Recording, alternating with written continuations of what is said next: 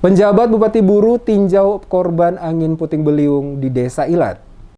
Penjabat Bupati Buru Jalaluddin Salampesi didampingi sejumlah kepala OPD melakukan kunjungan langsung serta menyerahkan bantuan kepada para korban angin puting beliung di Desa Namlea, Ilat, Kecamatan Batbual, Kabupaten Buru pada hari Senin 27 Juni 2022. Kunjungan langsung penjabat Bupati Jalaluddin Salampesi ke Desa Namlea Ilat guna melihat secara langsung kondisi warga setempat pasca dihantam angin puting beliung pada beberapa waktu lalu yang merusak puluhan rumah warga termasuk satu tempat ibadah. Di Desa Ilat, Bupati bersama rombongan langsung mengadakan pertemuan bersama dengan warga. Diharapkan para warga Desa Ilat, Bupati menyampaikan rasa keprihatinan atas musibah yang dialami warga setempat. Untuk itulah alasan dirinya datang langsung melihat kondisi masyarakat tersebut. Dirinya juga membuka ruang dialog bersama dengan warga setempat guna mendengarkan langsung keluhan dan masukan yang disampaikan kepada pemerintah untuk menjadi bahan masukan dan evaluasi serta langkah apa yang akan dilakukan selanjutnya. Pada kesempatan yang sama juga Bupati menyerahkan sejumlah bantuan secara simbolis dari pemerintah Kabupaten Buru kepada para korban bencana angin puting beliung berupa bahan bangunan rumah berupa kayu, seng, serta paku dan biaya tukang untuk perbaikan rumah yang rusak.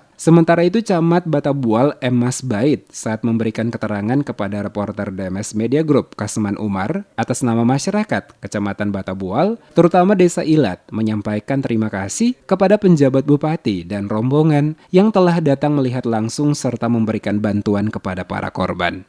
Kami atas nama pemerintah kecamatan di Desa Namlea Ilat mengucapkan terima kasih, rasa syukur atas kehadiran Bapak Bupati di Kecamatan Batabual, khususnya di Desa Namlea Ilat, telah menyerahkan bantuan langsung kepada masyarakat yang tertimpa musibah angin puting beliung.